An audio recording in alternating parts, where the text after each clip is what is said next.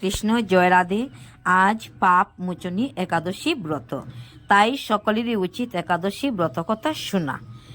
যুধিষ্ঠির শ্রীকৃষ্ণকে বললেন, হে জনার্দন, চৈত্র মাসের কৃষ্ণপক্ষের একাদশীর নাম ও মাহাত্ম্য কৃপা করে আমাকে বলুন। শ্রীকৃষ্ণ বললেন, হে ধর্মরাজ যুধিষ্ঠির, আপনি ধর্ম বিষয়ক প্রশ্ন করেছেন। এই একাদশী সকল সুখের আধার, সিদ্ধি প্রদানকারী ও পরম মঙ্গলময়, সমস্ত পাপ থেকে নিস্তার বা মোচন করে বলে এই পবিত্র একাদশী তিথির নাম পাপ মোচনী একাদশী নামে পৃথিবীতে প্রসিদ্ধ। রাজা মান্দাতা একবার লোমশ মুনিকে এই একাদশীর কথা জিজ্ঞাসা করেছিলেন। তার বর্ণিত সেই বিচিত্র উপাখ্যানটি আপনার কাছে বলছি, আপনি মনোযোগ দিয়ে তা শ্রবণ করুন। প্রাচীনকালে অতি মনোরম চৈত্ররথ পুষ্প উদ্যানে মুনিগণ বহু বছর ধরে তপস্যা করতেন। এক সময় মেধাবী নামে এক ঋষি কুমার সেখানে তপস্যা করতেন। মঞ্জুগুষা নামে এক সুন্দরী অপ্সরা তাকে বশীভূত করতে চাইল, কিন্তু ঋষির অভিশাপের ভয়ে সে আশ্রমের 2 মাইল দূরে অবস্থান করে। সেখানে সেই মঞ্জুগুষা কী করতে লাগলেন? 2 মাইল দূরে সেখানে মঞ্জুগুষা তিনি বংশীধ্বনি করতে লাগলেন। বংশীধ্বনি তিনি সেখানে করুণ সুরে, মধুর সুরে বংশীধ্বনি করতে লাগলেন।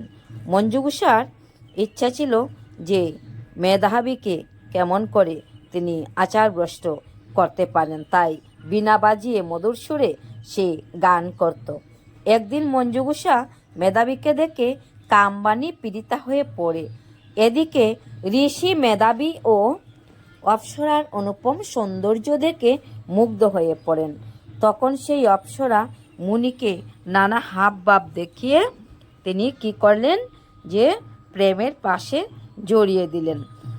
আর সেদিন থেকেই মুনিপুত্র সেই কামবাণে দ্বারা বশীভূত হয়ে তিনি পড়লেন। তখন তিনি নিজের সাধন ভজন থেকে তিনি বঞ্চিত হয়ে গেলেন। ক্রমে কাম পরবশ মুনি সাধন ভজন বিসর্জন দিয়ে তার আরাধ্য দেবতাকে বিস্মৃত হয়েন। এইভাবে অপ্সরার সাথে কামক ক্রীড়ায় মুনির বহু বছর অতিক্রান্ত হলো। মুনিকে আচারভ্রষ্ট দেখে সেই অপ্সরা দেবলোকে ফিরে যেতে মনস্থ করল। একদিন মঞ্জুগুষা মেধাবী মুনিকে বলতে লাগলো, হে প্রভু, এখন আমাকে নিজ গৃহে ফিরে যাবার অনুমতি প্রদান করুন।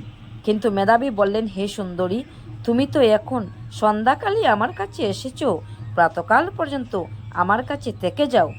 এইভাবে মুনির কথা শুনে অভিশাপের ভয়ে অপ্সরা কিছু বললেন না।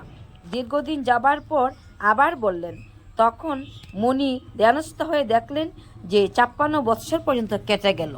তখন মুনি কি করলেন, সেই মঞ্জুগুষাকে অভিশাপ করলেন।